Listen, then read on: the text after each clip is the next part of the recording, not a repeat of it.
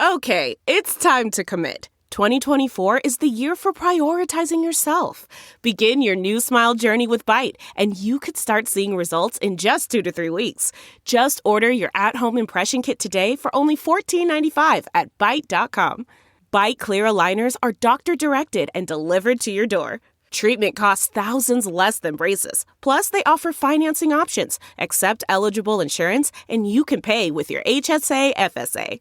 Get 80% off your impression kit when you use code WONDERY at Byte.com. That's BYTE.com. Start your confidence journey today with Byte. As a person with a very deep voice, I'm hired all the time for advertising campaigns. But a deep voice doesn't sell B2B, and advertising on the wrong platform doesn't sell B2B either. That's why if you're a B2B marketer, you should use LinkedIn ads. LinkedIn has the targeting capabilities to help you reach the world's largest professional audience. That's right, over 70 million decision makers all in one place. All the big wigs, then medium wigs, also small wigs who are on the path to becoming big wigs. Okay, that's enough about wigs. LinkedIn ads allows you to focus on getting your B2B message to the right people. So, does that mean you should use ads on LinkedIn instead of hiring me, the man with the deepest voice in the world? Yes. Yes, it does. Get started today and see why LinkedIn is the place to be to be. We'll even give you a $100 credit on your next campaign. Go to linkedin.com/results to claim your credit. That's linkedin.com/results. Terms and conditions apply. Acast powers the world's best podcasts. Here's a show that we recommend. What is The Briefing Room? It's a behind-the-scenes look at how the criminal justice system works and the lives of the people within that system. If you love true crime, well, these are the real people who do the job every day of making sure justice is served. Hi, I'm Detective Dave. I'm Detective Dan. Together we have decades of experience in local law enforcement, a profession that we think is often misunderstood. So we're going to explore how to do it right, and we won't shy away from when it's done wrong. These are stories you'll hear nowhere else. Unique, frank, and unvarnished. From the team that brought you Small Town Dicks, this is The Briefing Room. Episode 1 drops on August 30th. We'll meet you in the briefing room. Acast helps creators launch, grow, and monetize their podcasts everywhere. Acast.com.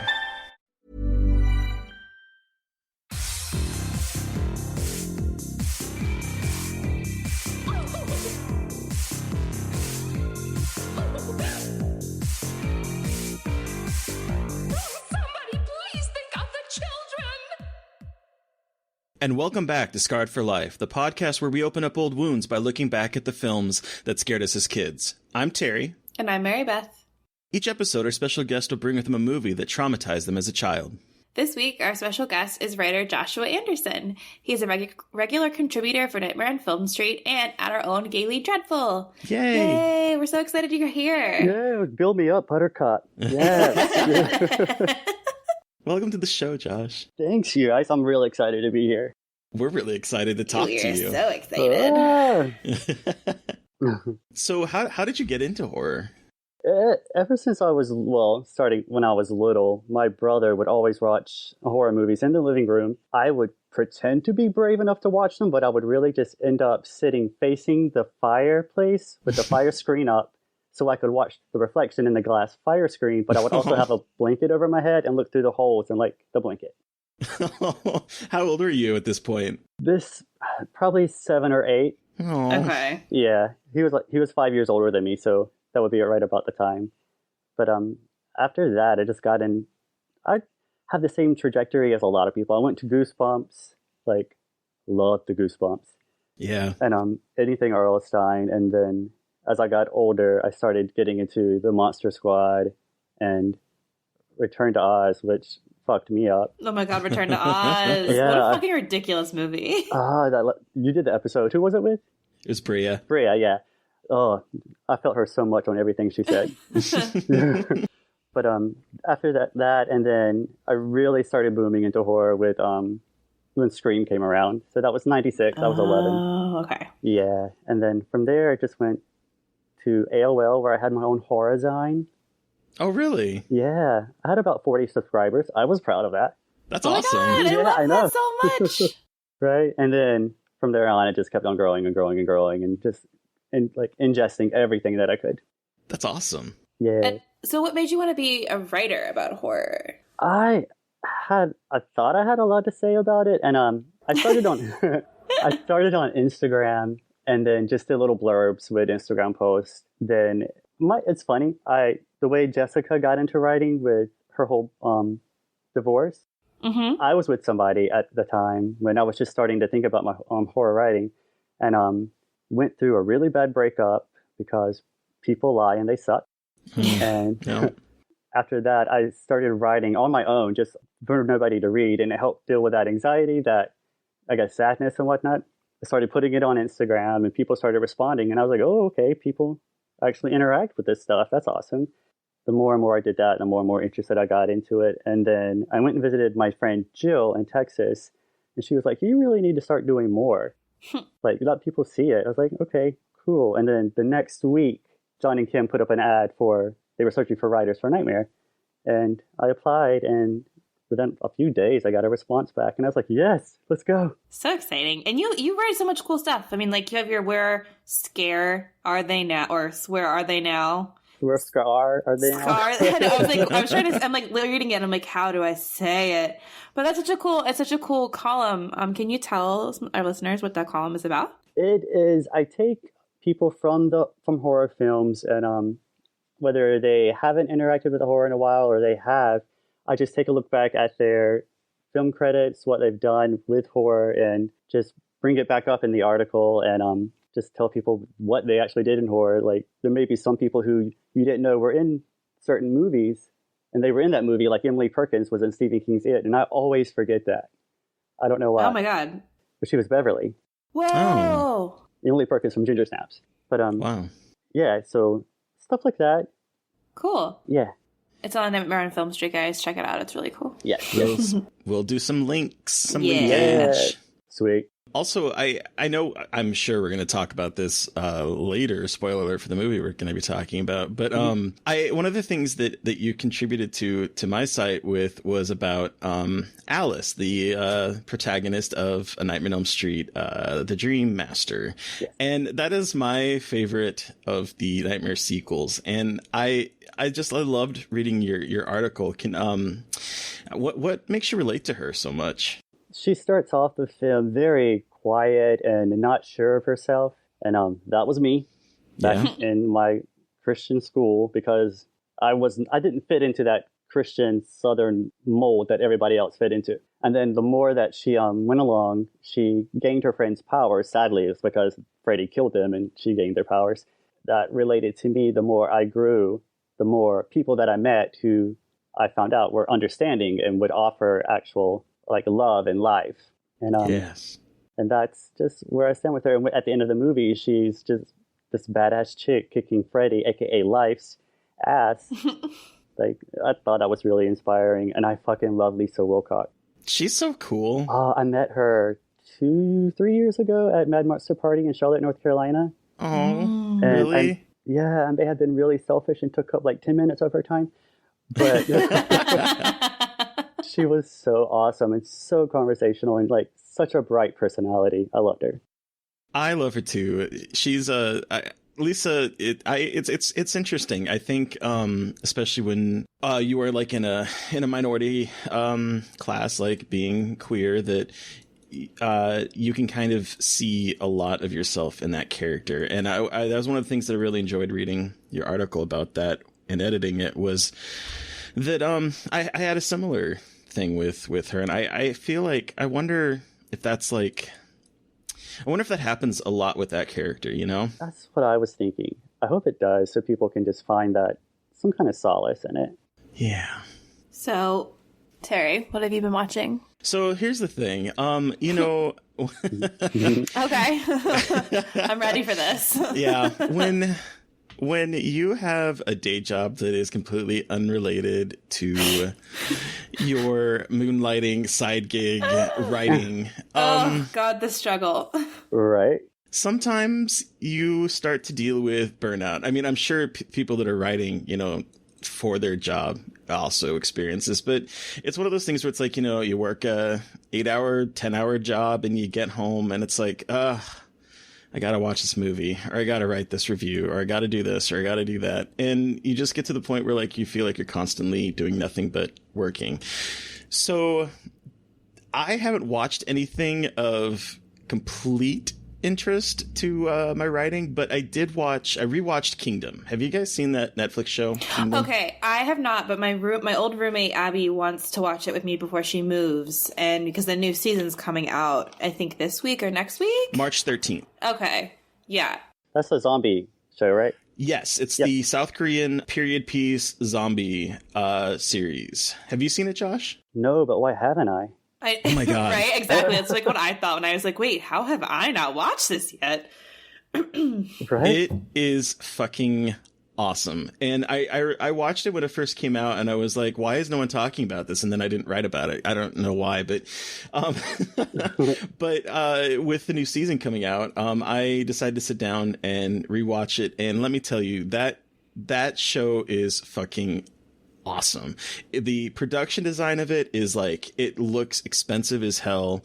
The zombies are really interesting. The way it starts is that this king in South Korea is sick, and his like child bride almost doesn't want anyone to see him because she wants to give birth to a legitimate son before he passes, because her, I guess, stepson, who's older than her, is the illegitimate. Well, he will be the heir to the throne, but he was sired through a concubine. So if this baby is born, he will have no ties to the throne. And it turns out that this ruler, this emperor, he is dead and he's a zombie.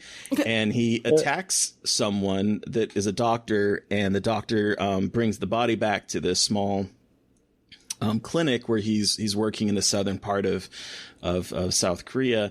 And through events that I don't want to talk about, it ends up infecting people, and pretty soon the zombies are like spreading through the southern parts of the region. So it has this kind of like, almost kind of like a Game of Thrones-esque like epicness to it, with like this encroaching zombie horde with also like political infighting. But the zombies are fucking awesome in this. They almost have like in some ways a vampiric quality to them, in that like during the day they like will hide. They will like crawl under anything that they possibly can, and they'll look like dead bodies. They'll just drop dead. And then at nighttime, they like shamble and like quickly run, and they move in like that kind of creepy, like their bodies shouldn't move that way kind of fashion. And it's so fucking good. And I think a lot of people are sleeping on it, and it's a shame. I hope people watch it. I'm on it tonight.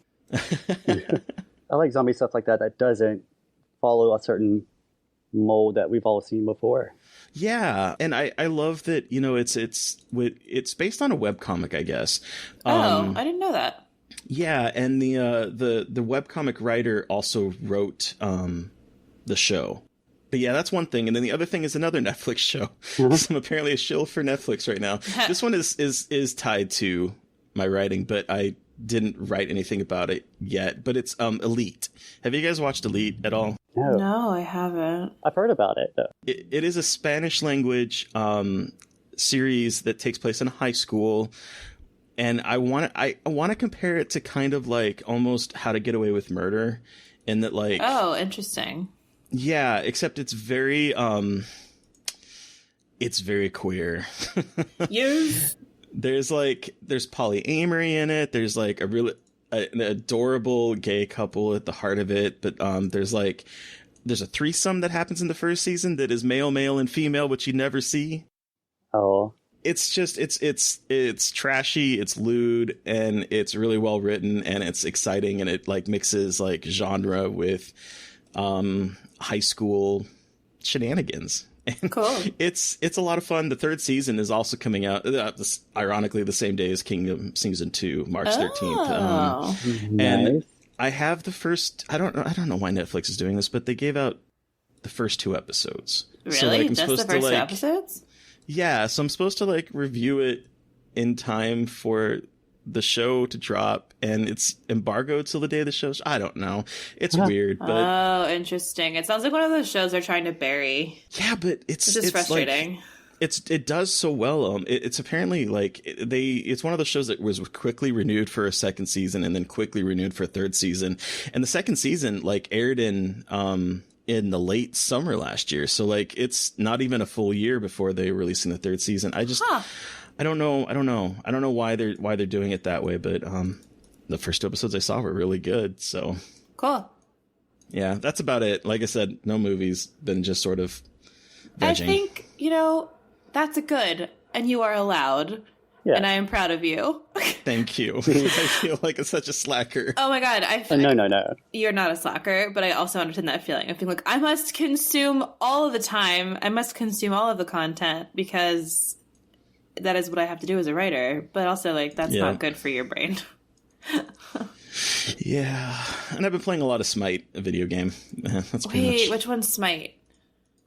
It's a, are you familiar with like MOBAs with like Dota or League of Legends? Yeah. So it's like Dota or League of Legends, except it's third person and like with like aiming, and it's about ancient gods. So like you play as like Poseidon or Zeus, or they have Chinese gods, they have Japanese, they have all these different ancient gods that you pick to play as, and then you just play with people. And I have 2 friends that live in New York, and they're really close, and that's kind of how we keep in contact as we play this game. Yeah. So that's been my last week and a half, I would say. What about you, Mary Beth? So I finally finished or watched Swallow, which is coming out March 6th. So it'll be out by the time this episode publishes. So Terry, you've talked about Swallow a little bit on the podcast, but Swallow, for those of you who haven't listened to those episodes, is about a young woman named Hunter who is married to a very rich man and his family, and they all are fucking terrible people, to put it lightly, or to put it bluntly. And then she develops pica, which is the eating of objects that you aren't supposed to eat. So like marbles, tacks, batteries. And so it is basically a film about her trying to gain control over her very out of control life. And I absolutely loved it. It is, so I have OCD, and pica is, I don't have pica, but pica is can be a subset of OCD. Because a lot of the time it's like compulsive, and you do it as a compulsion. Like your body kind of like will obsess over it until you do it, which I think they do a really good job of portraying in the movie. But also this movie is about like feminine rage and feminine control, and it is just amazing. And I absolutely loved it, and I can't wait to write a million words about it because I just have so many thoughts about it and what it does and how it represents mental illness, because I have a lot of feelings about how obsessive compulsive disorder and things that are associated with it are often portrayed as for comedy.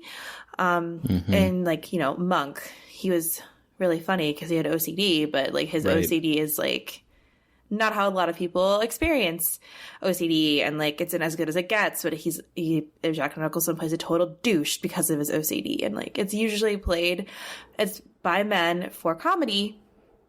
And so finally seeing a woman with pica and having it played seriously was just like really meaningful to me as someone who likes to see nuanced and complex portrayals of mental illness that aren't just a punchline.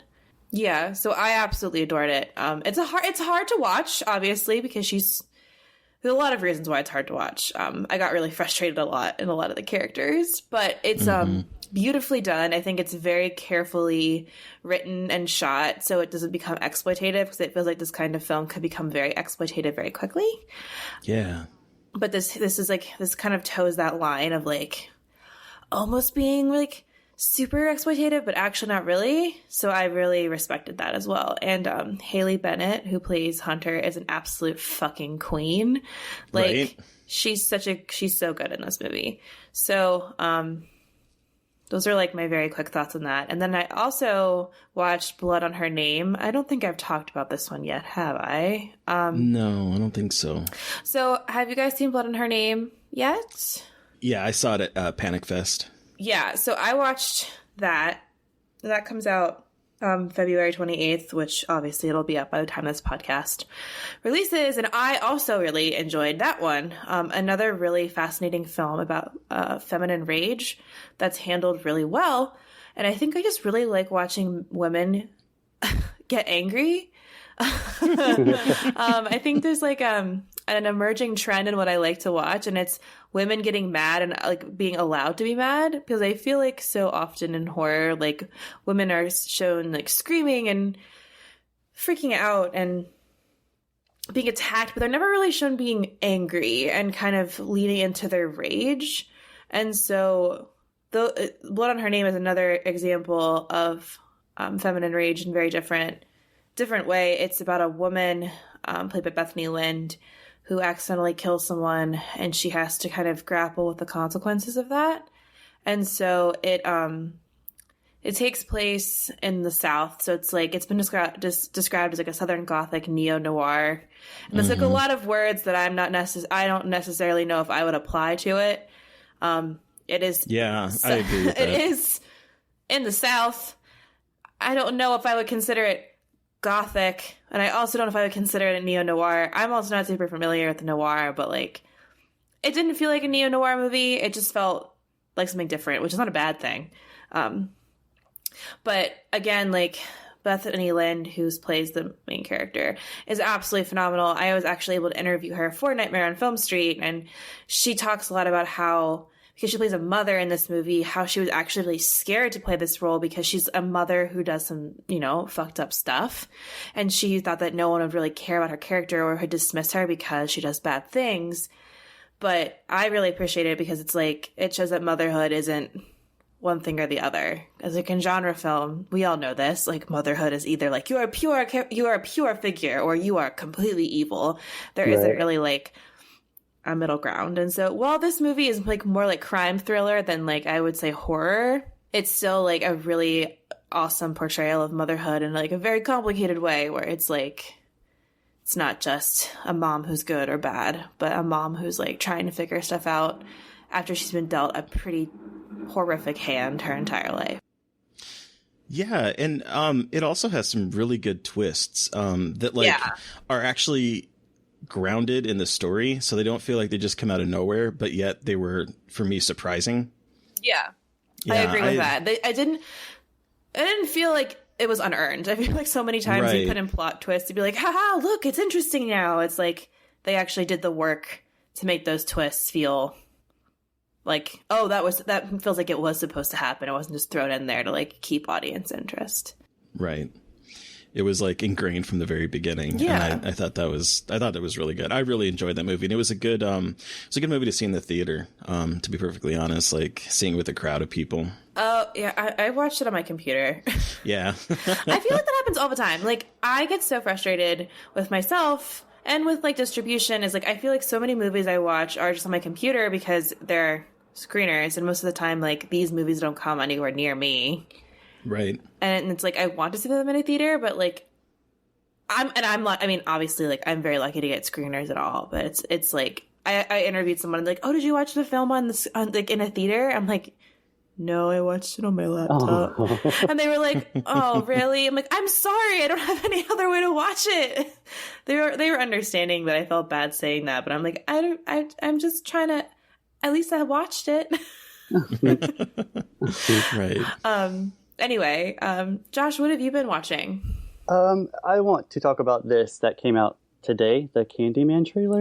Oh my god, yes! Oh my gosh, yes. Yeah. Let's talk about it, because I want to talk about it. I do too. I just watched it for the first time. My work neighbor was like, have you watched a new Candyman trailer? And I stopped her and I was like, no. And she was like, what? Do you believe in Candyman? like, do you not want me to say his name 4 more times? I was like, no, that's not it. I just don't want to be spoiled. I love her. I do too. She's my favorite. What a sweet person. Yeah. Anyway. But like when I saw the poster, I drooled. When I saw the trailer, Yes. I, for lack of better terms, I creamed my pants because they literally did a trailer that how a trailer should be done. But we don't know exactly what's happening. It's hinted at what's going to happen. Yeah. But it's still full of mystery and it looks gorgeous. And Vanessa Williams is back. Yes. And the lady who looks like Virginia Madsen, but isn't she supposed to be in it? Yeah, Virginia Madison's not in it, unfortunately, but like they pick someone to play her character. Like okay. Yeah. Good. And I picked this up, but that the main character is the baby from the first movie. Oh, really? Okay, Yeah. I saw that. I have people tweeting about that. Yeah, so like the baby, Anthony McCoy, I believe is the last name. He this is now him as a grown up. Is that Going confirmed? back to Cabrini. Yeah. Okay. I don't know. I see things on Twitter and like I never know. Well, I mean, I'm assuming it's confirmed because the baby's name was Anthony and his mom's name was McCoy. Okay, and that makes sense. He's credited as Anthony McCoy. So Yeah. Okay. I'm assuming. Yeah, no, that all makes a lot of sense. Is Tony? I never saw. Is Tony Todd going to be in this one at all? He's listed in the IMDb credits, Okay. but I don't know. He's never given. Yeah. Nobody's ever given any like exact yes or no on it. Okay. No, It's they've been probably very going to be coy. like a surprise. Like, that means like he's probably going to like be in it. I hope so. Yeah. Me too. And the actor playing Anthony was Dr. Manhattan in Watchmen. Yes, he was. Tall yeah. drink of water. Yes, well, Everyone. Nia DaCosta is the director, so a black woman is rebooting this iconic franchise, which is so exciting. Guys, what the hell? Like, this is such a big deal. And like Jordan Peele is behind it, and he produced and wrote it with DaCosta, which is so exciting. It's just like there's nothing to not be excited about this movie. I feel like Exactly. I'm just, and I've seen some people like being negative about it, and they're like, "Why do we need this?" I'm like, "Do you understand what it means to have like a black woman directing this this massive horror sequel and like horror sequel? I guess sequel's the wrong word, reboot, but not really. I don't know, but like a white guy directed the first one, right? So like Yep. Yeah. I don't know, this feels big and amazing, and also Candyman is like is one of my favorite horror movies. Anyway. Yeah, I love Candyman. I love that movie so much. It's one of the ones that I like. Another one from my childhood that I remember definitely being completely terrified and not looking through the holes in the blanket and just hiding under the blanket. Yeah, I really hope someone will want to come on the show and talk about that movie because I have thoughts. So good. Yeah. It's so good. Also, I got another thing I watched. I just want to put it out there that at the beginning of every year, I go through this thing where I watch movies I've missed from like all the time back. Mm-hmm. And I've done missed 80s slashers this year, and I had a trio of Pieces, Hell Night, and Intruder. Oh yeah, Yeah, Pieces is ridiculous. it's so ridiculous. Pieces? Have you seen it, Mary Beth? No, hold on, I'm looking it up right now. Oh my god, Pieces? It is. Pieces, yeah. It's what you think it is, isn't that the the The trailer? tagline. Is that from Or like the tagline? what year is it from? 1981. Okay. But yeah, it's so full of random. There's a Bruce Lee lookalike comes and attacks our lead girl and just goes like kung fu on her for no apparent reason and just walks away. And Yeah, it's so random. Wait, is this- It's such a random movie. A mysterious killer is creating a human jigsaw puzzle from their body parts? Yeah, Yes. What the fuck? Okay. yeah. yeah, It's so weird. but so great at the same Yeah. time. Okay. I'll watch it. I'm like woefully uneducated on the world of the slasher. And isn't it? Am I wrong? It's an Italian slasher, right? It's in Isn't it? Spanish. Everything I'm looking at is it takes place in Boston, but I think it's a Spanish and Italian language Spanish. film. Yeah. Yes, the dubbing is horrible, which makes it better for me. I love horrible dubbing. Oh my god, when it can be horrible dubbing from like the 70s and 80s is my favorite. And also the worst, but like also my favorite. Yes, but that's all I've been watching. Cool. So, okay, we've talked about what we've been watching now, but let's talk about the movie you brought with you today, Josh. What I'm so excited. are we talking about? We're talking about Wes Craven's New Nightmare. How would you like to join us in the definitive nightmare? I thought you killed Freddy off. They told you he was dead. And since you've been thinking of making it, has anything funny happened? For 10 years, he's been held captive as Freddy in the Nightmare on Elm Street series. And now he's got the last laugh. What is he doing? He's decided to cross over out of films into our reality. Cut the effect! Wes Craven's New Nightmare. Miss me?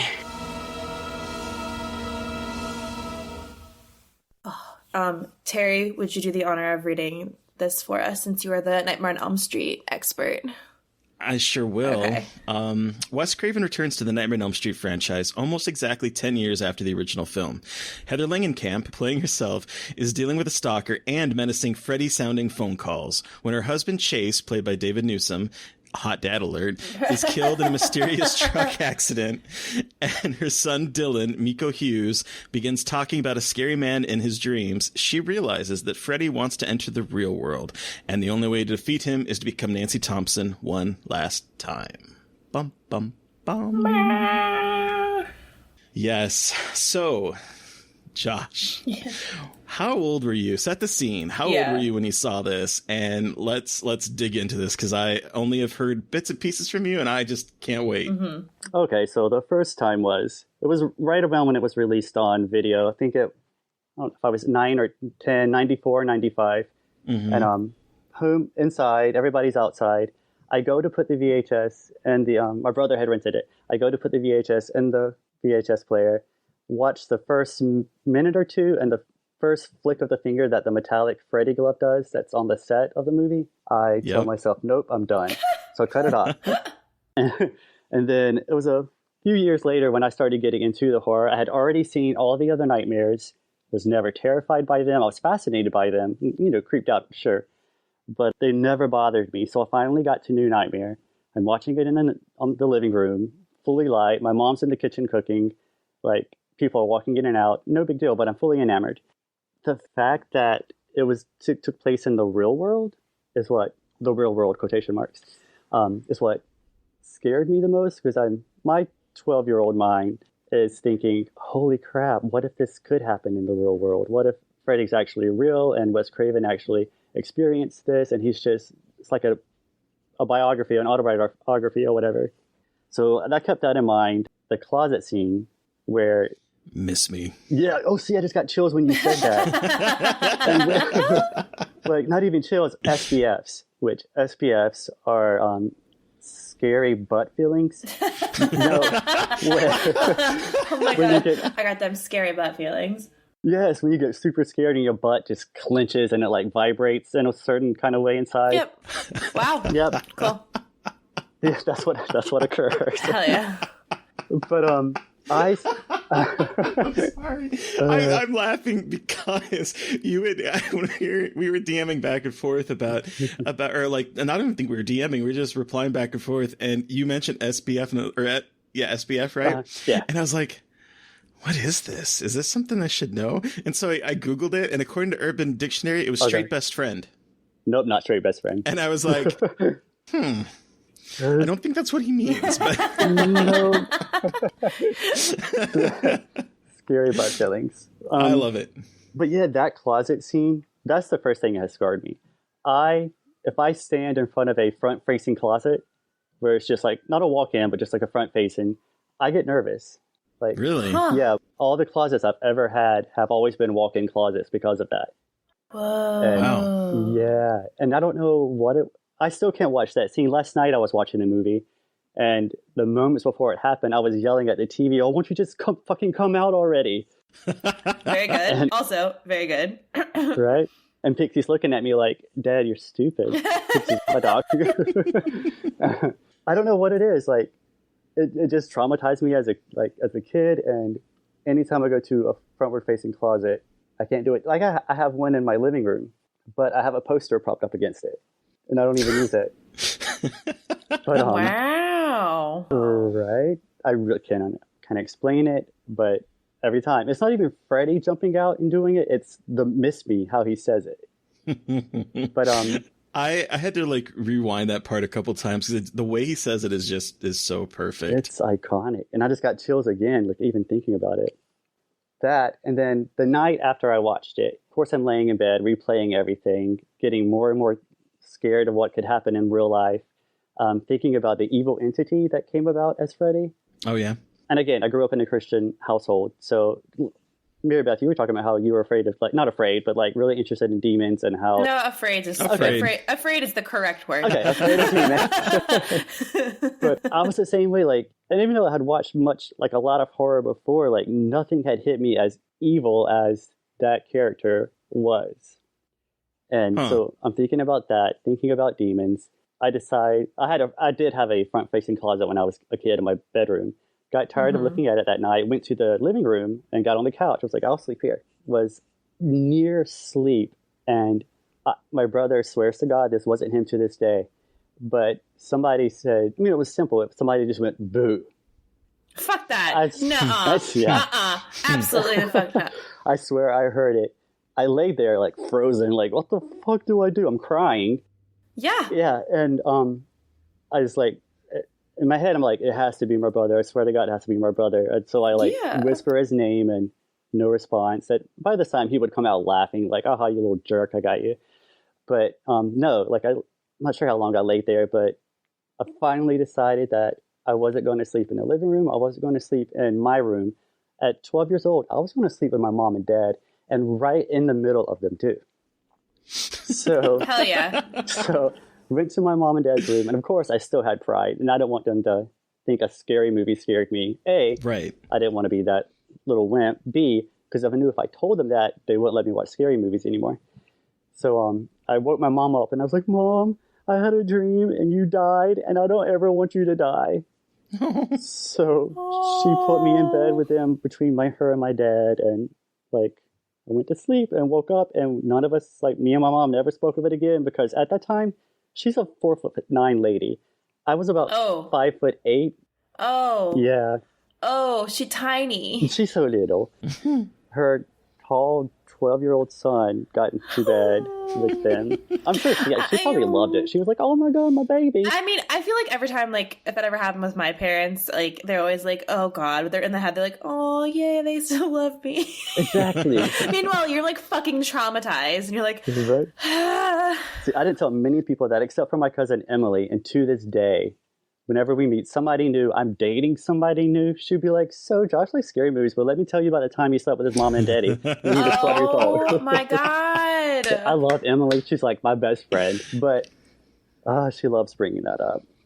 I mean, who wouldn't? Let's be honest. Okay, you're right. But like the film itself deals with, I never really thought about this until last night. Mostly because I've never really watched it by myself since then. It's always been with somebody, even though I consider it my favorite nightmare. It's not one that I watch often, just because of what the mindset it puts me in. And last night, I guess something came to me that a lot of mental health is touched upon in the film. Yes, I was thinking about that a lot while I was watching this actually. Yes. What were you gonna say? Go ahead. You're fine. Go ahead. I was just saying, like, I didn't expect it. I mean, okay, just like background. Like I said before, I'm like woefully like uneducated in slashers, and I haven't really seen that many Nightmare on Film Street. Jesus Christ. I do it all the time. It's in my fucking head. And Elm Street, I actually have only seen the original and then now New Nightmare. And I didn't expect it to like go down this kind of route of Heather Langenkamp being almost traumatized by her past family mental health stuff and like generational trauma. Like, yeah. I did not expect that. And like the fear of her passing it on to her son and like the very real fear that like whatever is wrong with you, like whatever is wrong, as if anything's actually wrong, but like passing it down to your kid and inheriting that like mental health stuff. And that part, like those parts like really got me in a way that I wasn't expecting. Yeah. So two things. One, listeners, you need to chime in if you want me to make Mary Beth watch all of the Nightmare on Elm Street movies, because I think we need to do it. I think we do too. Yes. Because this is my favorite franchise. Me too. Out of all the horror ones. That's why I love you, Josh. I love you too. I love you too, Mary Beth. I know, I love you too, but this is Nightmare on Elm Street bonding time. It is. It really is. So, because this was the first time that you saw it, right? Yes, this was the first time I saw it. So, I'm going to be perfectly honest. I don't remember when I saw this movie, but it wasn't on release. It was afterwards, because this was during that time. I've mentioned this before on the show, but this was definitely during that era of when I wasn't watching horror movies. And so I was reading a lot of horror books. I was reading a lot of Stephen King, et cetera, et cetera. And so I didn't watch this until later, and I didn't like this movie when I first saw it. Oh, interesting. Oh, yeah. Because it's so different from the other ones. And I realized it now, this rewatch, because this was the first. Okay, so I watched it when I was a kid, did not like it. And then I watched it again a few years ago. There was a marathon of all the Freddy movies minus the remake, because that doesn't exist, at the Alamo Drafthouse. And so we watched this then in a big crowded auditorium, but this was again the last movie of a 7 movie franchise, and I didn't really care for it then either.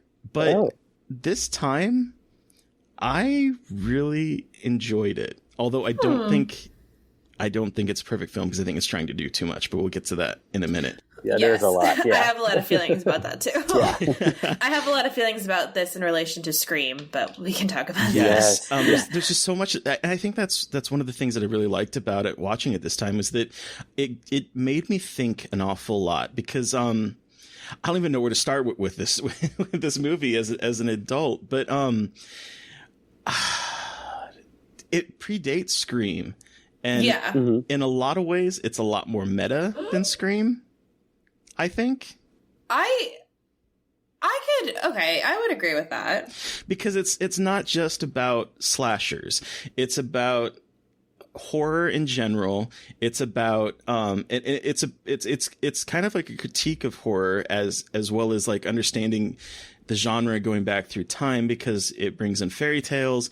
It brings in like the meta of film / reality, which again is a meta of the original Nightmare on Elm Street film. Like there's a lot going on to it, but I don't think it's as successful as Scream. I think it tries like too hard at some point. To me, it felt like it was almost like a prototype for Scream. You know what I mean? That's like, exactly what I was thinking. Yeah, Yes. like it tries really hard to be meta with one movie, and it tries to do all these like, you know, like the dad towards the end is like the actor who plays her dad like becomes her dad, and like she has like that final showdown, and all those like the tongue comes out of the phone. Like it got to the point where it felt more like fan service than anything else. Like, oh, really? I mean, I guess that's how I viewed it. A fan service might be the wrong word, but it's almost like, hey, look, like, see, remember that from the original movie? Guys, hi, look. It's like at certain points it felt like that to me a little bit. And so I feel like Scream was kind of Wes Craven taking a step back and realizing like, okay, maybe trying to be meta about one specific movie and one specific franchise is like too much. And maybe taking a step back and looking at the genre as a whole will be like a better way to do it. And I think that was smart, but I also think it's still, I think New Nightmare is extremely clever. I was texting Terry last night. I was like, holy shit. Like, you think Scream is meta? Like, I didn't know anything about New Nightmare going into it. I had no idea, like, it was about Heather Langenkamp playing herself as an actor or as an actress and all that stuff. So I was really surprised and really enjoyed, like, the creativity. Like, I just thought it was, again, like, Wes Craven is just, like, so creative and tries to make these unique narratives. And, like, I really appreciate that as a fan of the genre. Yeah. So you said this is your favorite of the Nightmare, Josh? Yes, number one. So what do you think about it in terms of fan service or meta narrative? Watching it now, I totally agree with Mary Beth. It is a fan service. I think it's a respectable fan service. But every notch that Wes Craven hit as far as that goes, like, I feel every time I watch it. Like, I get excited about the dong phone, or and there's little things that are said, like where Heather becomes Nancy and she's like, it's Fred Krueger dead, or not dead, but it's Fred Krueger, and John Saxon responds in the same way that I know how Chase really died. What do you mean? Fred Krueger did it. Yeah, sure. Yeah, he did, sure. and Nightmare. Yeah, sure. But so, go ahead. I'm sorry. Go ahead. Nope. Keep with your thought. It's gone. You're fine. Oh no, I'm sorry. You're fine. Oh, speaking of like Heather even put her own life into that movie, like her actual real life. As far as those her being in the movie, being afraid that she had a stalker. She actually had a stalker in real life. I mean, not Heather put it in, but I guess Wes Craven put it in. Yeah, she had a stalker in real life after one of her TV shows was canceled, and so that was put in there. And then she also was married. Is still married. Yeah, married to a special effects. Oh Jesus, designer. That's like too much for me. Like that would fuck me up as a person. I'd be like, I don't know how to tell what's real and what's not, especially because she's playing herself. Like that is just like in my head a lot. See, that's what happened with 12-year-old me. I was like, holy shit, what is this real life for real? Because also when I was little, I thought when people died in the movies, they died for real. Oh my God, Josh, me too. Did you realize? Okay, sorry, sidebar. When I saw Titanic in theaters, I had a mental breakdown and sobbed because I thought that Leonardo DiCaprio was murdered in real, as it was actually murdered. And my mom was like, what? I'm like, he's dead. He'll never come back. Like, no more Leonardo DiCaprio. And mom was like, no, they do not kill people. These are not snuff films. But yes, I also thought that for an embarrassingly long time. I did too. I don't think I thought this when this movie came out, but still, yeah. I'm gonna have to disagree on the fan service aspect. I'm really surprised. Yeah, because watching it this time, I realized that the movie is structured so smartly, because it starts off with it's very grounded in real life fears. You have Heather worried about, she's in this career where, like, if you notice her career at that time, she wasn't in very much because all the fame was going to Freddy. So she's dealing with living in the shadow of a villain when she is like the heroine. You have the earthquakes, which were really happening. In fact, after like wrapping, an earthquake hit LA, and they went back and filmed some of the scenes of devastation to add to the movie. So you had the earthquakes, you had her stalker, you had the fact that, like you mentioned before, dealing with generational trauma and being afraid for your kid. And you have all these like real world fears, and Freddy takes a back seat to most of it. And he's only shows up at certain points, and it's only by like an hour into the movie, even more so, that he starts to like exert himself into it. And at that point, he had already, Wes Craven had already said, we need you to play Nancy once more. And as that starts to happen, all of a sudden she starts becoming more like Nancy. And what is she going to do? She's going to go through the kind of motions of the first movie. And in a way, it feels like almost like a condensed version of the first movie. You have her assistant, Julie, who looks a lot like, I had to like look to make sure that it wasn't Amanda. What's her name? Amanda Weiss. Amanda Weiss, yeah, because she looks very similar to it, and then she gets dragged up the wall and killed like the first movie. I also had to do it. I did a double take on that one. I was like, hold on. Who? That's Tracy Middendorf. Yeah, and then there's like the screw your past. She like, they start to inject all these little things as she's going through her transition to having to become Nancy one more time to destroy this entity, and the movie becomes more fantastical, and it starts to do the thing that the first movie did, where you couldn't quite tell if what was happening was real life in the movie, or if it was them dreaming, because it just kept moving in back and forth. And I loved how it started to take on that form of her having to be Nancy again and going through the same kind of experience that she had to go through in the first movie to defeat this entity. True. And like in relation to that, this was Heather Langenkamp's movie. It was barely about Freddy up until the end. Right. Like you said, It's her journey, and I love Heather Langenkamp as well. I was going to say, she looked like she barely aged. Like, she still kind of looked like a teenager. Yeah. And, like, I was surprised about how little Freddie really is in it. It's more like almost like paranoia and, like we said, fear, especially about her child. And I think what really freaked me out watching this movie and actually made me kind of almost like tear up a couple times was, this is like, children are not sacred in this movie. And I feel like in a lot of horror, we generally stay away from like hurting kids. But this one was like, fuck that. And like was just very much like torturing this little kid, which is, I mean, I thought it was great, but also like, it kind of hits you in a different way when you're seeing like this little kid get absolutely tormented by Freddy Krueger. I mean, it's one thing to see these teenagers who basically look like adults being attacked, but this like little, 7-8-year-old boy, like with his little dinosaur Rex. Every time he yelled for Rex, I was like, in my heart, I could just see my little cousin who's 4, like crying, and that like punched me in the gut a little bit. So that was really emotionally effective for me, for sure. And I love the addition of Rex. I want my own Rex, which I think somebody actually sells a Rex. Oh. Forget who. But I did like that addition a lot. Like, it kind of makes you, it's like this balance established between like how kids react to fear and what they think protects them.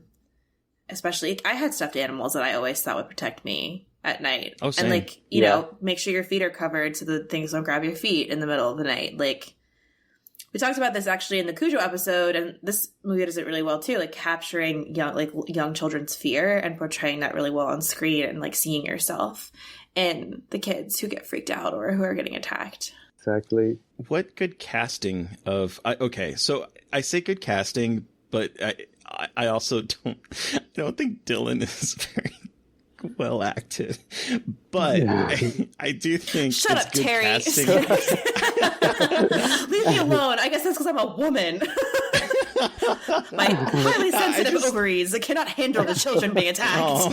No. I don't think he was a very good. I don't think he was a very good actor. This time he came across as really corny, but also he's the kid that played Gage in Pet Sematary. Okay, well, thank you, because I was like, why does this child look so familiar to me? Who is this child? Why? Like, I usually, like, because I'm not like, I'm not a huge person, like a person who likes children. So, like, neither. So again, this emotional reaction to this child is very strange. But okay, I thought his like weird, scary face looked familiar. Right? But see, what I think is interesting about that is, and this kind of ties into another thing I really wanted us to have a discussion about, is the idea of horror movies affecting kids, which is a big subject of this movie. And I think that's why I think it's interesting that they cast the kid that played Gage, because, you know, he's a kid in a horror movie that gets brutally murdered and comes back and has to, like, you know, attack and kill his family. So, like, you have that playing into this movie, as well as the conversation of what is horror movies' effects on kids. What did you guys think about that discussion in this movie? There were a few moments that this time around, I actually felt uncomfortable for Dylan, the kid. And mainly, and I may be reading too much into this, but the time where I think Heather is dreaming, and she walks into the kitchen living room area, and like Dylan has spread out the mailings that she had gotten that said answer the phone, and the phone rings.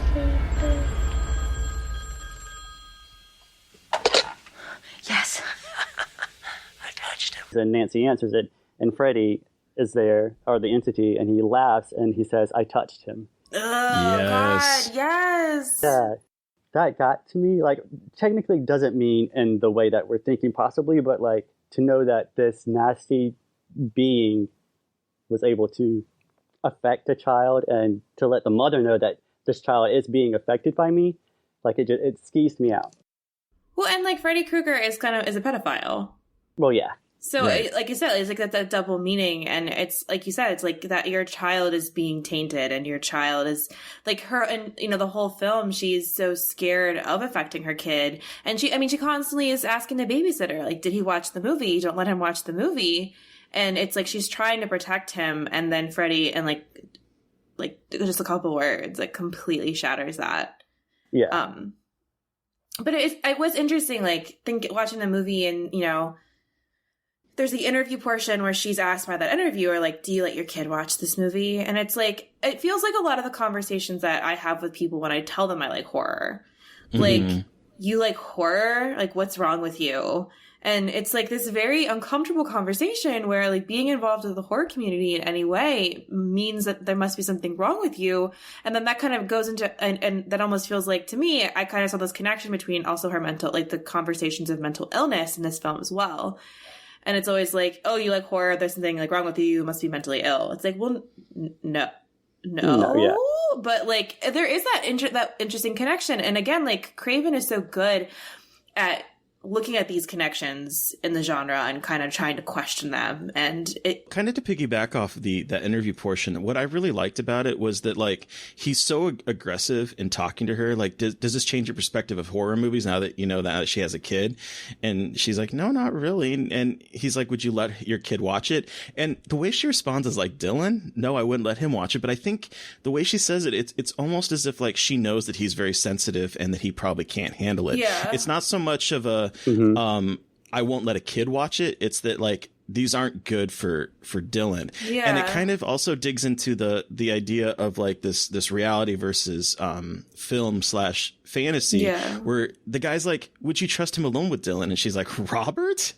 Like, it's like I'm not leaving him with Freddy Krueger. I'm leaving him with Robert Englund, right? Yeah. Well, and again, like, especially because I get like the way that Robert Englund becomes like Freddy Krueger and, Heather Langenkamp becomes Nancy, it's like people can't remove those two entities from each other. Mm-hmm. And I think that happens a lot in horror where you see like an actor who portrayed like this character and it's like, it's hard to kind of reconcile the difference, especially because like that is such an iconic person, as such an iconic character. But then like when you get down to it, they really are just people. But it's hard to kind of like, I think it's hard to kind of reconcile that a little bit. Though I guess without the makeup on, it is different. But but yeah, it is really interesting to think about that and like the discussion that this film has about letting kids watch horror movies and the effects that they have on kids. Yeah, so I think, I did some digging, and because Wes Craven has he obviously loves horror, right? And he had some quotes about it because he doesn't think that like obviously he doesn't think that people that watch horror movies are mentally ill or anything like that. He says, and I love this quote, he says, horror films don't create fear, they release it. Yes, exactly. And the other quote that he says that I absolutely love is that horror movies are like boot camp for the psyche. In real life, human beings are packaged in the filmsiest of packages, threatened by real and sometimes horrifying dangers. Events like Columbine, this was in 1999 that he's talking about this. But the narrative form puts these fears into a manageable series of events. It gives us a way of thinking rationally about our fears. And I think that he takes that in this movie and really tries to hammer it home with the idea of the fairy tale. Because, he's like, she's reading the fairy tale kid book to the kid and to Dylan, and it's really, really gruesome. Mm-hmm. And then there's the whole idea of like Freddy being this like entity that they have to tell movies about in order to keep the evil at bay. And I think that really ties into his kind of philosophy of why we watch horror movies or why we read horror books or why we consume any kind of horror. Totally agree on that. I mentioned my cousin Emily. She has a 7-year-old boy. Mm-hmm. And she's always asking, she's like, what can I let him watch? What should I let him watch? She's like, I want him to watch horror movies because I love them. And I think he can handle them, but I'm just not sure. And, I give suggestions here and there, but the kid watched the new It and was completely okay with it. And his response to that, too, his mom was like, Mom, I'm not afraid of him. I know he's real. But if he was real, I would know how to beat him because I watched the movie. Oh. And like it's for them, it's just, sure, it's terrifying, could be terrifying. But for someone like him, like I think it helps you learn to deal with fear and deal with your own fears. Yeah, I like that. I feel like, this podcast, we always talk about like being terrified and scarred for life and like the traumatic impacts these movies had on us. But it is nice to hear that, like, he's viewing these horror movies as something a little less terrifying. He doesn't mess with Annabelle, so. Valid. Annabelle is not a thing, yeah.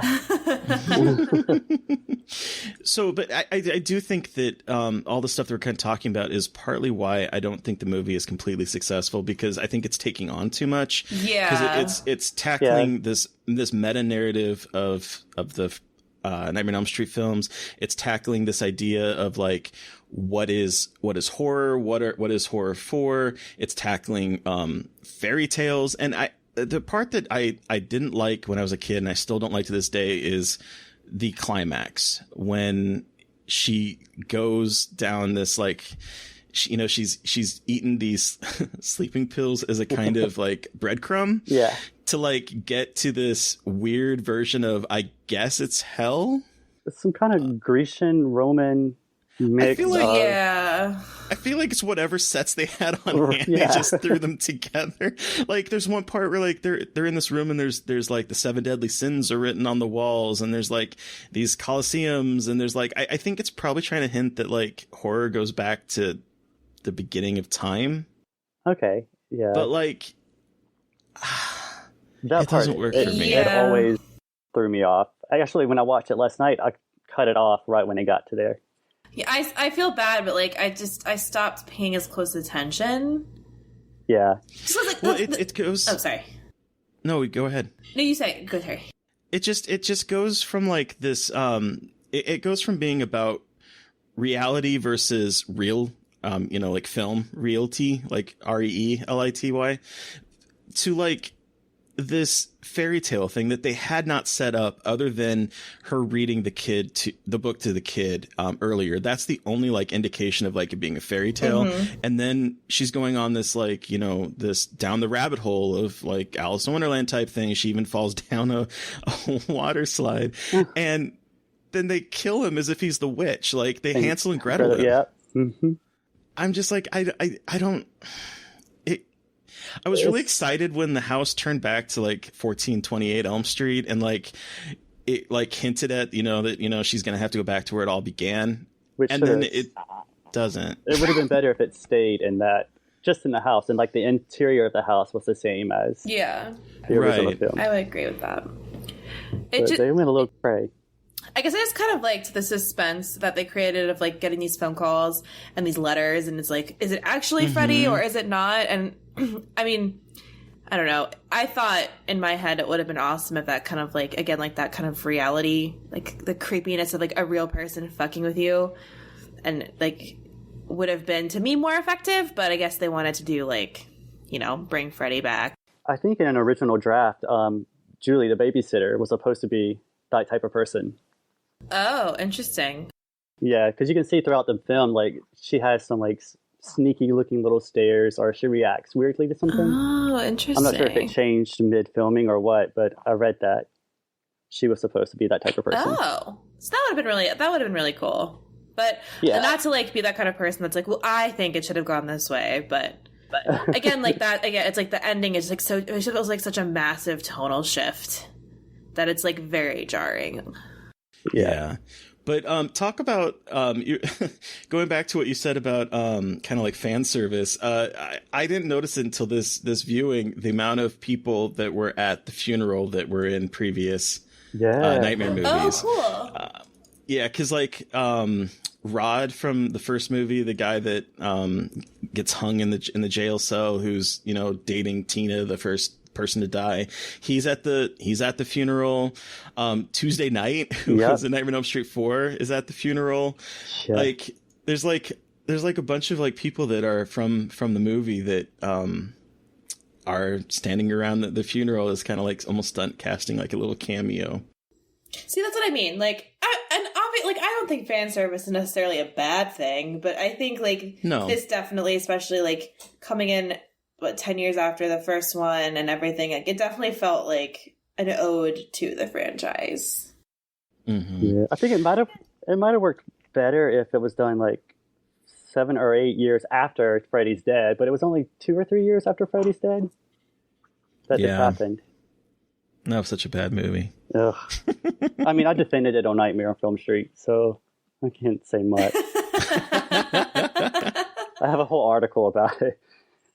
Now, there's like some, I do think there are some really still genuinely creepy parts. When Freddy says, "Hey Dylan, ever played in the cat?" That fucked me up. Yes. That was awful. And also, like, I think that's the scene in the hospital, right, where he's dragging her. That's also awful. Like the way that it switches back between like being able to see Freddy and not seeing Freddy, and like, but she's still getting dragged around the ceiling. Like that was awful and so creepy. There's a part of that scene where she's on the ceiling, he's standing over her on the ceiling, and like he's kind of hunched over her from the shoulders over. And I wanted to pause it and take a screen cap, but I never noticed how creepy that scene is. And Dylan's like at the bottom of the screen, like reaching up to Julie. Yeah.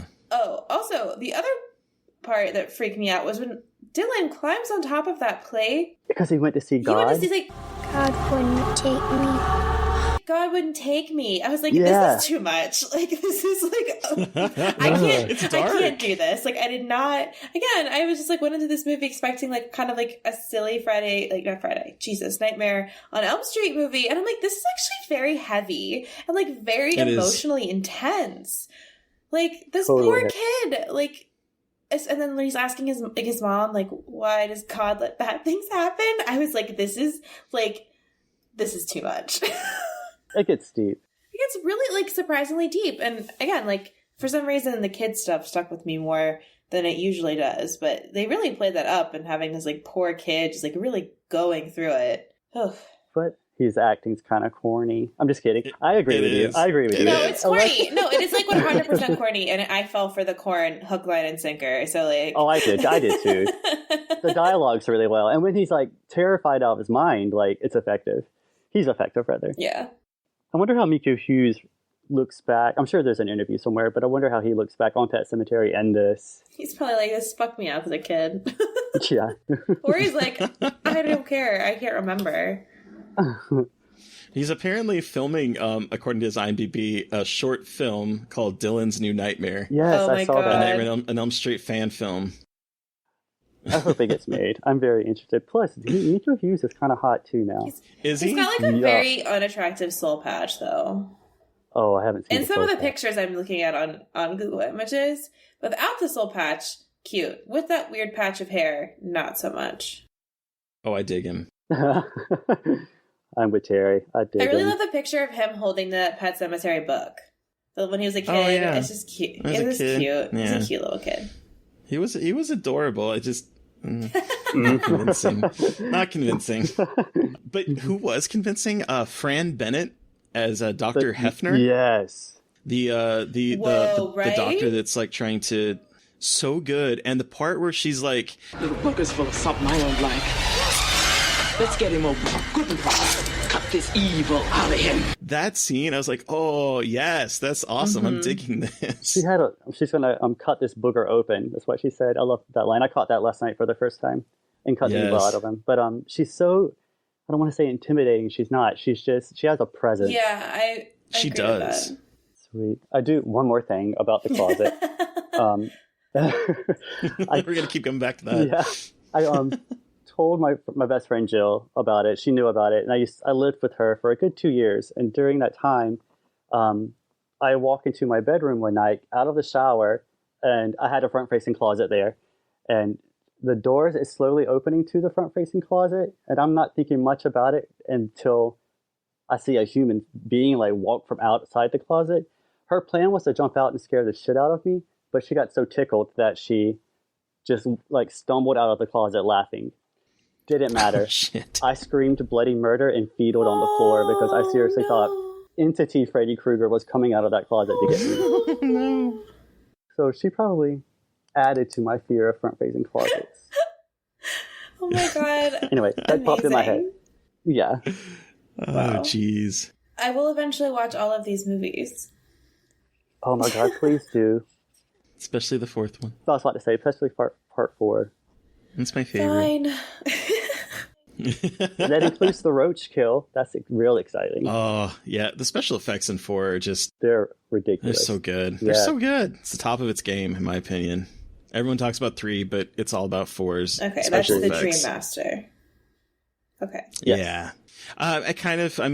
It's kind of a sequel to 3, so you kind and 3, he's got his needle hands, need to watch right? 3. Yeah. Yeah. Mm-hmm. Anyway.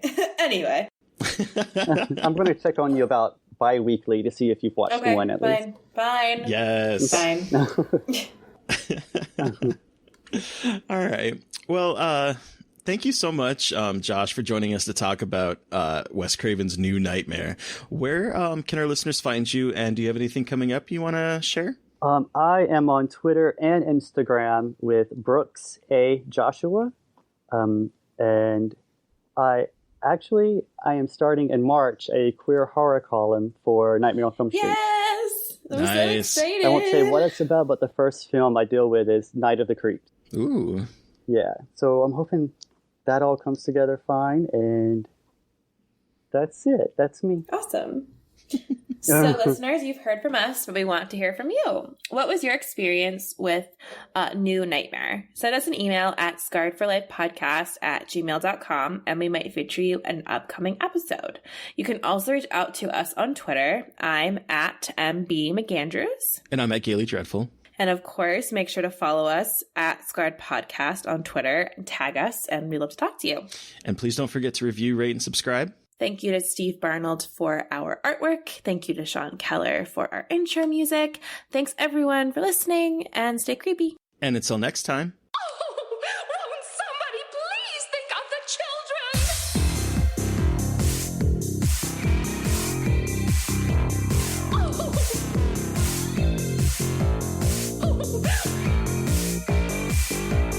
Somebody please think of the children.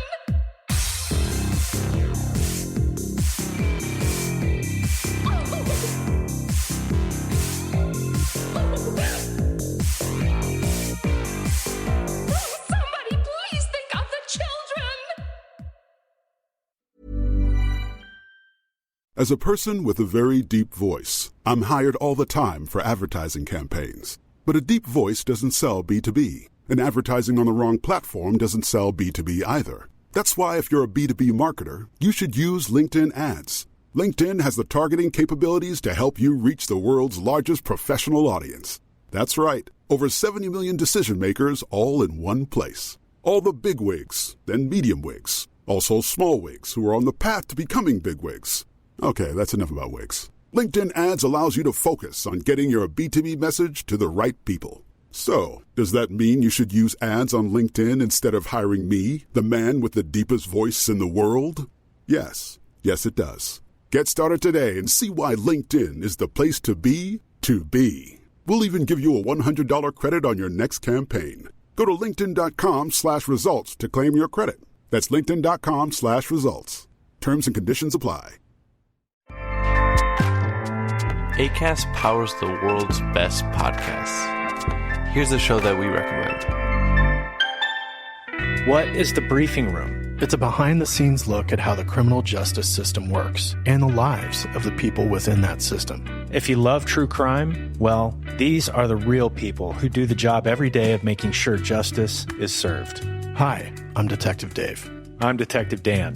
Together we have decades of experience in local law enforcement, a profession that we think is often misunderstood. So we're going to explore how to do it right, and we won't shy away from when it's done wrong. These are stories you'll hear nowhere else. Unique, frank, and unvarnished. From the team that brought you Small Town Dicks, this is The Briefing Room. Episode 1 drops on August 30th. We'll meet you in the briefing room. Acast helps creators launch, grow, and monetize their podcasts everywhere. Acast.com.